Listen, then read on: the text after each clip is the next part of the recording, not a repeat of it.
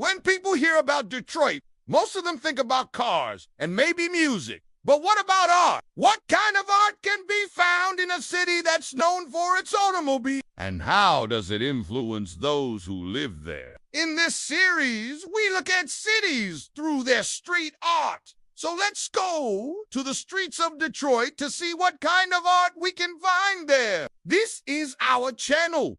The works of Charles McGee are scattered all over Detroit. Murals, sculptures, even mosaic sidewalks. When he was just starting out, McGee couldn't afford his own art supplies, so he would draw on whatever he had lying around, including walls. He's since become one of the most famous artists from Detroit with murals all over the city. One of his most popular is the Heidelberg Project, which features two large figures made out of recycled materials meant to represent neighbors helping each other. It was created in 1986 and has been designated a National Historic Landmark. While strolling through Midtown, we came across a small but mighty mural by the artist Kwame. This piece, titled A Seat at the Table, showcases black figures front and center with the words, "We will not be moved," above them. In an interview, Akita Bamfo said he wanted to make a statement about social justice and being true to oneself. That's something the residents of Detroit seem to embrace. A few blocks away,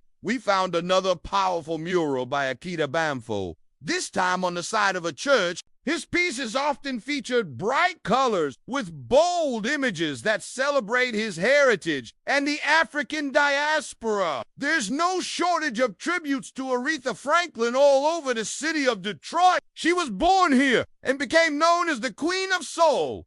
You might recognize some of her songs, like Think and Respect. But did you know that she also co-wrote and recorded an anti-war song called Free Soul? It was released during the Vietnam War and became an anthem for the civil rights movement. One of her many murals can be found on the side of a building in downtown Detroit. The painting depicts Franklin holding a microphone in front of musical notes and lyrics from her song. Street art isn't always about making a political statement or having your voice heard. Sometimes it's just about having fun. Take these colorful window murals in Greektown. For example, they were painted in 2012 to welcome visitors to the neighborhood and show off the area's vibrant culture. Or how about this playful mural of a woman holding flowers? It wasn't commissioned by anyone in particular, but by someone who just wanted to beautify their corner of the city. These kinds of random acts of art are part of what makes Detroit so special.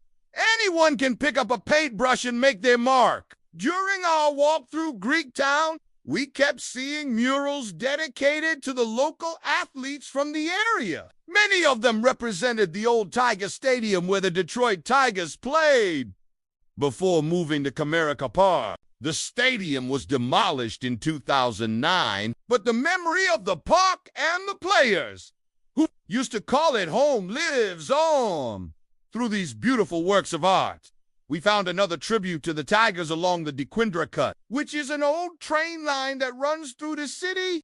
This mural was painted by the group The Well, which specializes in creating large-scale public art.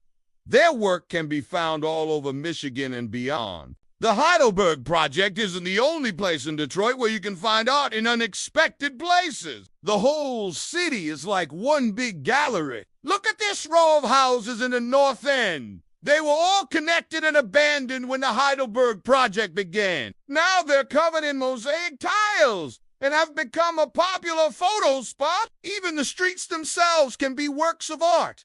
During the summer, the streets are closed to traffic in the Eastern Market area so that vendors can set up shop and sell their goods. This creates an open-air market full of color, life, and community.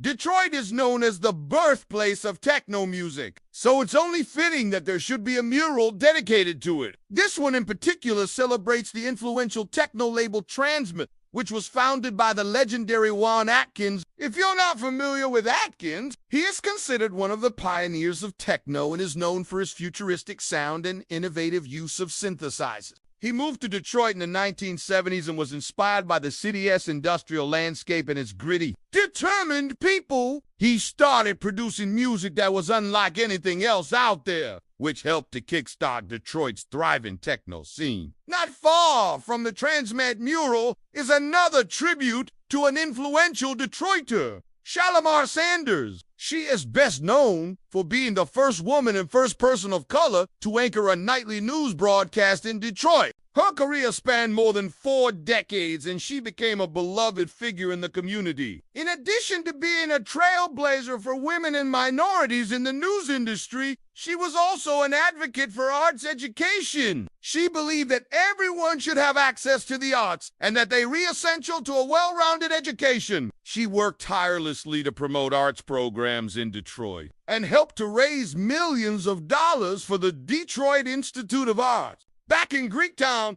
we stumbled upon this mural of Georgetown's own NFL star Calvin Johnson. He played for the Detroit Lions and was known for his incredible hands and ability to make difficult catches look easy. But Johnson is more than just a talented athlete. He's also a philanthropist who gives back to the community.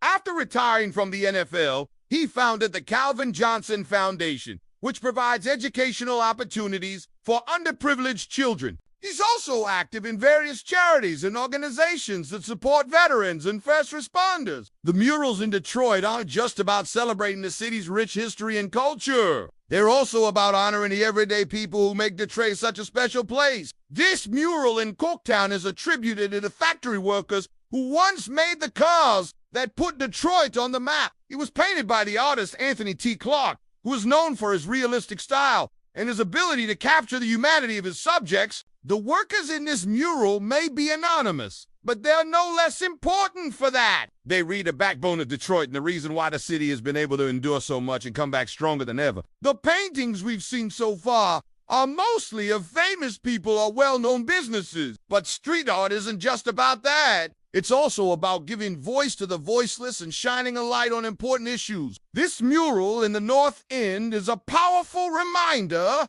of the city's struggle with poverty and the opioid epidemic. It was created by the artist Jason Wood, who is known for his larger-scale murals that tackle difficult subjects. The image in this mural is both haunting and heartbreaking. A mother holds her dead child close while he reaches out to her for help. It is a stark reminder of the human cost of the opioid epidemic and a call to action for those who are struggling to seek help. As we continue our journey through Detroit's vibrant streets, we come across another thought-provoking mural, this time in the historic Boston Edison neighborhood. This mural, titled "We Are the Ones Who Will Stop the Killing," is a powerful message against gun violence. Created by the artist Don't Be Kelly. The mural features a young boy holding a dove while bullets and a gun lie discarded in the background. It is a reminder that gun violence affects everyone and that it is up to us to stop the cycle of violence. Our tour of Detroit's street art brings us to the vibrant murals of the Eastern Market area. Here we find a tribute to the city's LGBTQ community.